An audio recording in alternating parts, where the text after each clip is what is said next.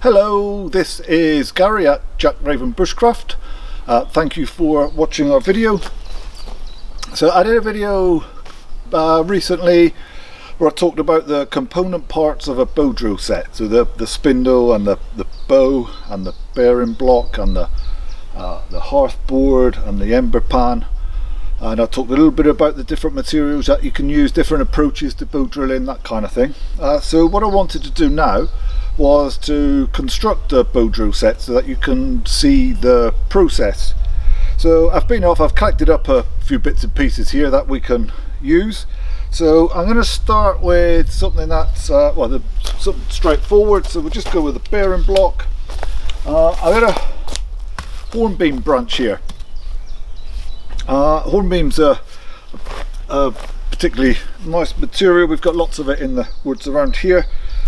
Just looking at it, that is a sort of this section. That's a pretty reasonable handhold for me, as is that one. Actually, I think I'm going to go for that bit.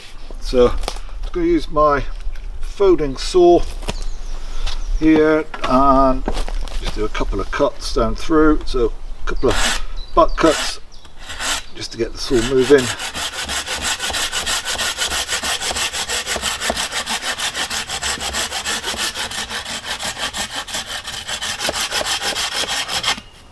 So I can put that to one side and then second cut.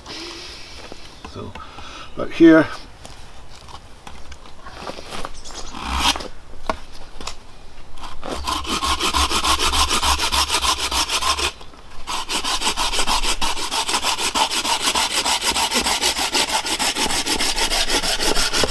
So that was nice and easy. There's our bearing block. Next up is going to be the bow. So I've got a piece of hazel here. I could have used ash or sycamore, birch, those kind of things. We're looking for something that's just going to give us this nice long pole. So how long do I need it to be? About there. So I'm just going to trim the end off this. Let me just mark it. So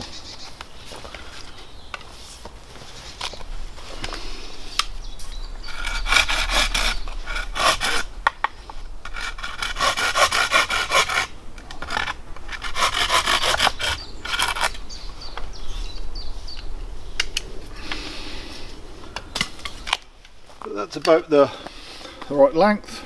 That kind of into the middle of my chest. Just have a quick look at it. It has got a bit of curve going that way already, so I'm just going to take advantage of that. I'm going to put a little bit of flex into this stick. So I'm going to put it over my knee here like that, and I'm just going to bend it a little bit. Now note my hand positions. So if I hold it at either end like this, I'm just going to snap the stick, whereas if I have my hands in much closer, that's going to reduce the chances of it snapping. Sorry. And I want to do most of the bending down this end, the thicker end of the stick, in fact. So just going to go like this. So I'm just giving it a little bit of a heads up, if you like, that that's going to be bent in a bit. So like that. So I'm just kind of stretching the fibres a little bit on it, like so. So you can see that's getting a little bit of a bend there going on, like so. Yeah, so it's likely to bend that kind of direction.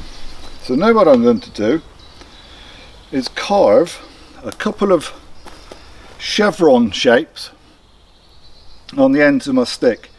So I'm holding it my knife in a fist grip, thumb on the back of the knife, so my left thumb, and I'm just going to put a stop cut in there and then cut into it.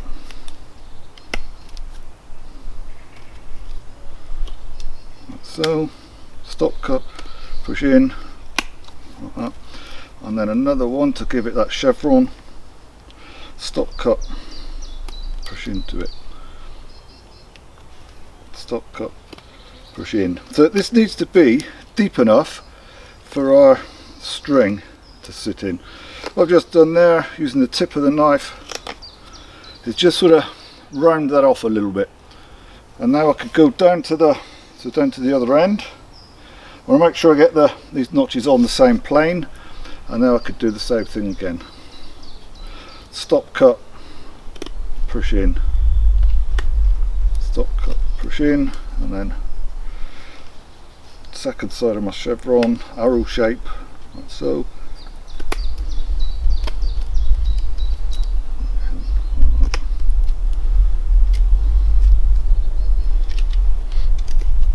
So that's more or less there. Now what I can do, take a little bit of my cord,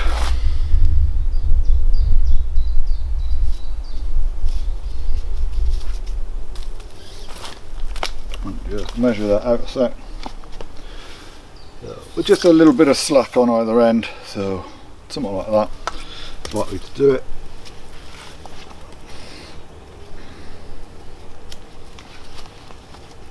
And I'm just going to melt the ends on my bit of string.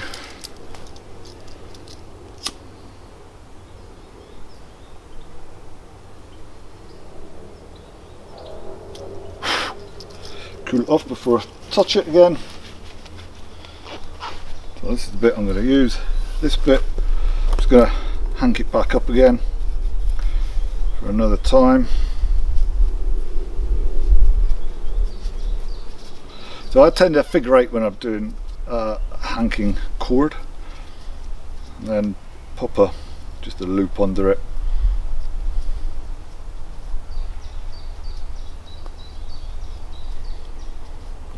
So that's all good to go for next time around. Now, so back to this. What I'm going to do is put a timber hitch upon this. So this is the thin end of the stick. I'm going to put a timber hitch on here. Right, so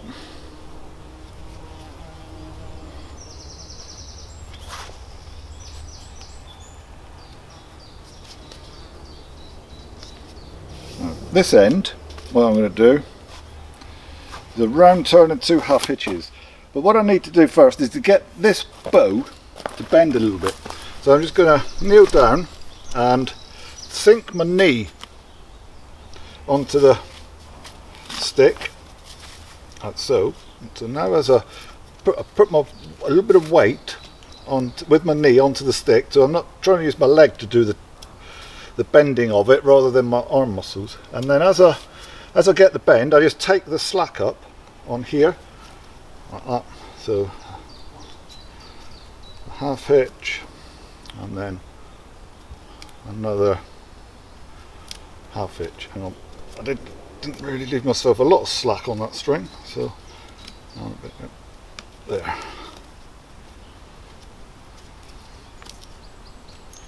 So round turn, 2 half hitches. These 2 basic knots, actually, or hitches I should say, I will often use if I'm putting up a tarp as well. So many knots used for, or 2 knots just used for many things. So there's our bow. Next, that's another bit ready. Now what we need is to make our hearthboard and spindle. So for that I've got a piece of sycamore here. So this was, I found this standing dead. It is yeah, very dry. Your lips are really sensitive to moisture, so if you're not sure you can just kind of put it to your lip. But that's a nice dry bit of wood. So the first thing I need to do with it is batten it down and split it. So axe in my non-dominant hand, my left hand, running parallel to my body. Just going to put that more or less on the halfway point of that. Hang on. Slot moved a bit there.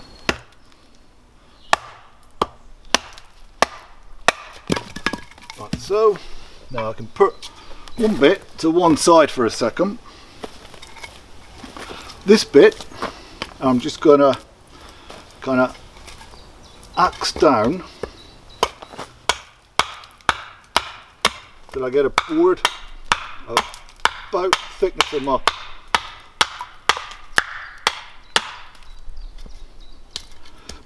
of my middle finger.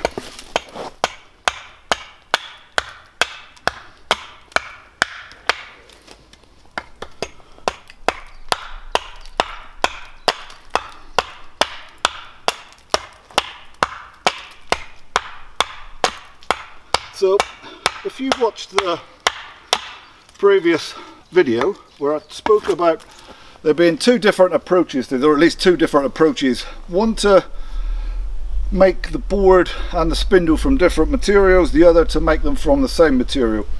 Here I'm going to make the hearth board and the spindles from the same piece of wood. The process for making the hearth board will always be the same, more or less.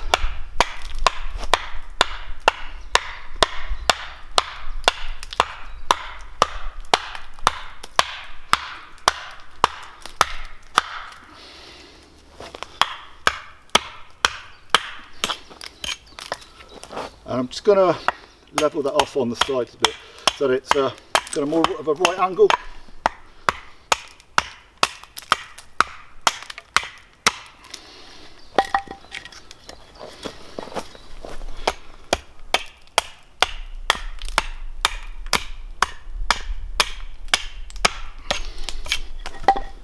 And the other side.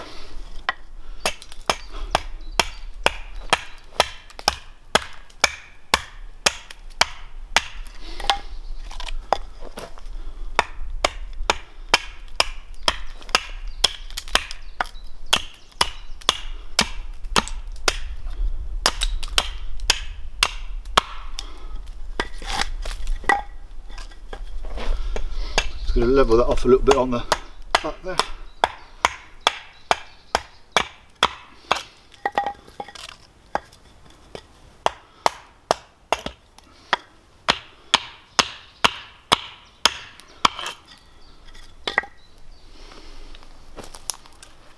So there's our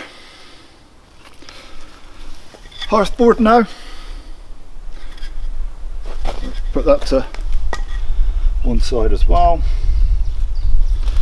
Of course I could take some of these little bits, that could become our ember pan.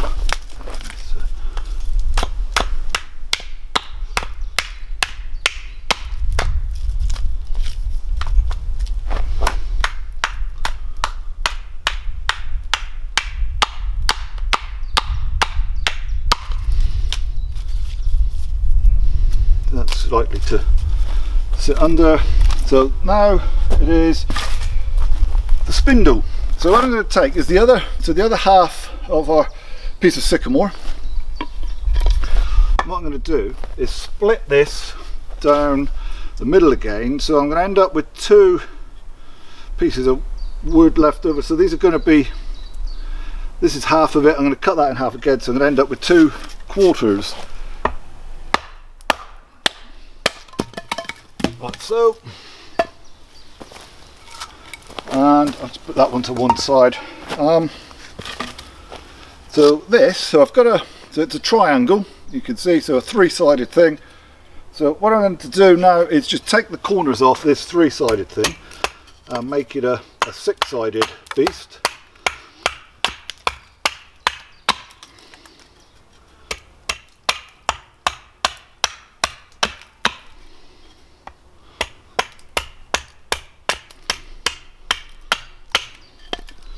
Turn it around.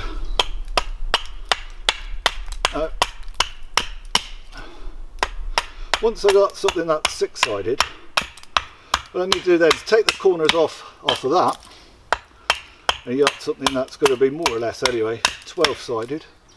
And something with 12 sides, to be honest, is not far off being round anyway.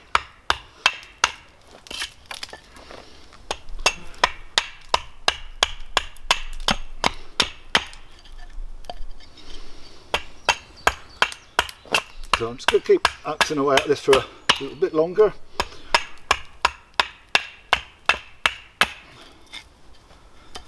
And then just have a little look at it every once in a while, just to make sure that you're working on it evenly here and not taking off from too much from one place. Now, the more of this you do with the axe, the reality is the less there is to do with the knife.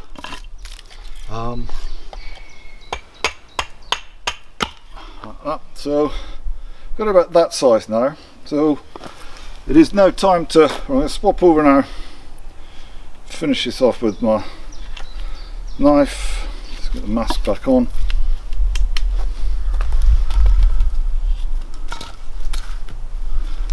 So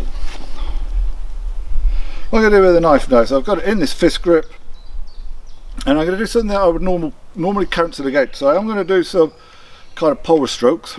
So you need to be making sure that you've got, you know, blood bubbles and all of that kind of thing nowhere near you, no one near you that you can potentially injure.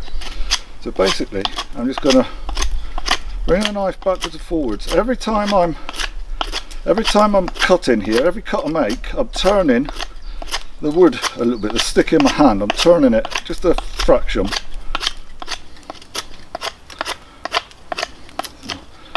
this kind of thing.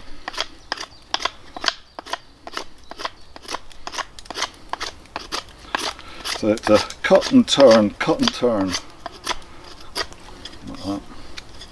So I'm just going to swap that around to the other end. So cut and turn.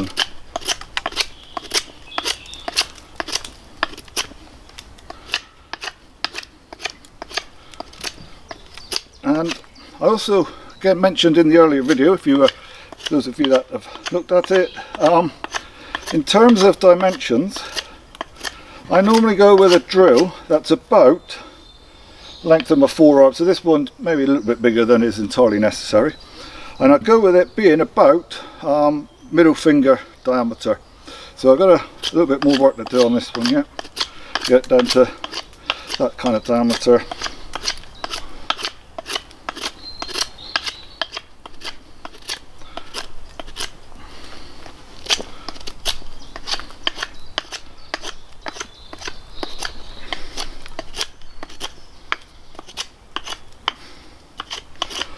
We're aiming to get it certainly straight as you look on it from end to end, so you don't want any kind of curve in it. It's going to make the thing go wonky when you try to actually drill with it. So you do want to aim for it to be straight from one end to the other, and you want to try to get it to be more or less a consistent thickness all the way through as well. So the same, aim for the same diameter right the way along your spindle.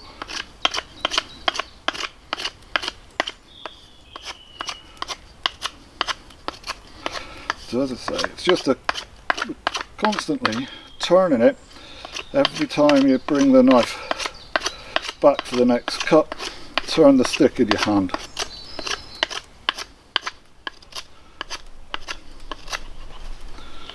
So with making up your bow drill set, sorry, I got a gnat in my hair. It's not so much the making it, that doesn't take very long at all, as you can see from what I'm doing here with just sort of standard bushcraft tools. I've got my knife, my folding saw, my axe. So the making it is not too time consuming. It's got to be, potentially it's got to be the finding the materials that can take you the time.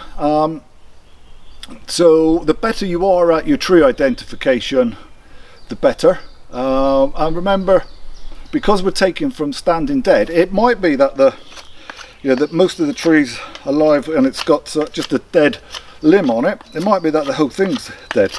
So it means that your tree identification is going to have to be good. So you might be trying to identify it just by the structure of the tree, the positioning of branches. Are they opposite each other like that, or do they come out alternate like that? Might be the bark, that kind of thing that you're having to rely on. So it's going to force you to an extent to have to work on your tree IDing.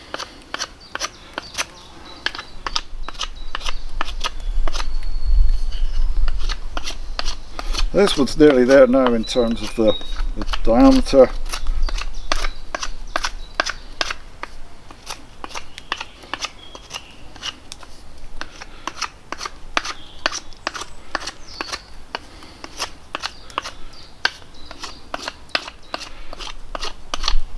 Want to try to get it as smooth as you can. It doesn't have to be got a caliper type smooth, because once you start doing this, the string's going to be good around it really quickly. So if you've got any sort of snags on it, it's going to wear the string out. So it does need to be sort of pretty reasonably smooth. Yeah, as I say, without having to go to caliper type tolerances on it. But try to at least get rid of any bits where the string might snag. Cordage. So there's our spindle, more or less. Now, as I said, what I want on this is, hang on, just a little bit more work on this end actually. It's not quite the same diameter either end.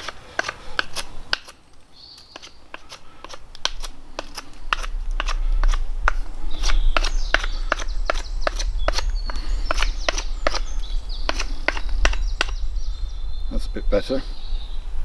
So one end I'm going to put a long taper, so a bit like a pencil. So I'm just going to, now I'm going to swap to a thumb push. So I'm just going to push off on the end there, up to get my nice long taper on it.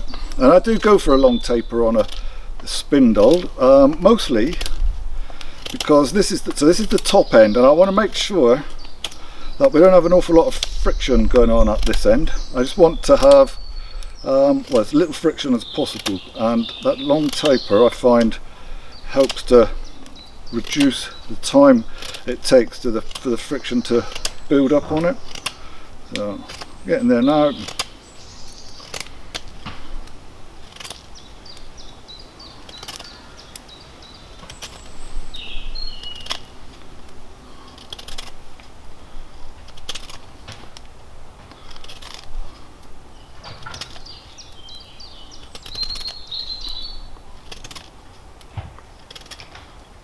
So nice long taper on one end. The other end I'm going to do much more dome shaped. In fact, this end's a bit wider as well. I think I've taken more off on the centres and not quite so much off on either end. So let's just rectify that.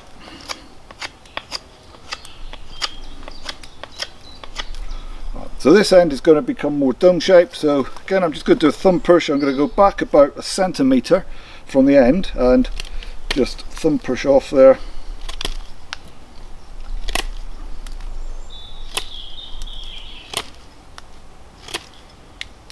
All the way around. And now I'm going to go about 0.5 centimetre down from the end and just do the same thing.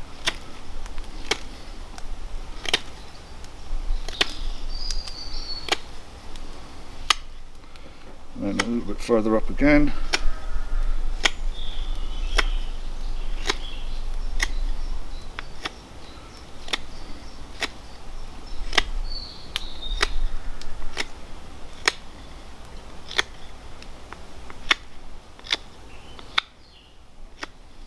So I've now got something more or less dome shaped on the end. So I've got a hearth board and a spindle made out of the piece of sycamore. Got my hornbeam bearing block to go with that, and then and then I've got a bow and a ember pan. So all reasonably straightforward there. Now there's a school of thought that says that you make a set, you use it, you light a fire, and then you throw it away. And there is a lot of merit in that strategy, because it means every time you have to go and make this from scratch. You're practicing the tree identification skills. You're practicing your tools. You're going to be in a different environment, different circumstances. So as a learning method, it really can't be faulted. However, for many people, where you're not having the access to a woodland in the same way that I'm very fortunate to have, it may not be that you can go and create a new set particularly often. So under those circumstances, for me, I think it is okay to kind of make a set, take it home with you and practice using it. So whilst you may not be developing the skills required to make these sets up with relative ease and speed, what you will be able to do is practice getting your body posture and your technique right. Those things are basically muscle memory. So even if you're using a previously constructed and used set, you will get some benefit from it. You will be practicing that, getting your body set up right. You will be practicing getting your technique right. So there is some merit in it. As I say, as often as you can, try to get out and practice making a set and using a set. But don't forget, practicing the posture bit as well. So hopefully, guys, that's given you an understanding of how you would go about making your bow drill set. I'm likely to do another video at some point in the near future on actually using this one and getting an ember from it. So keep an eye on our YouTube channel. If you haven't subscribed yet, then please do. Until then, take care and stay safe.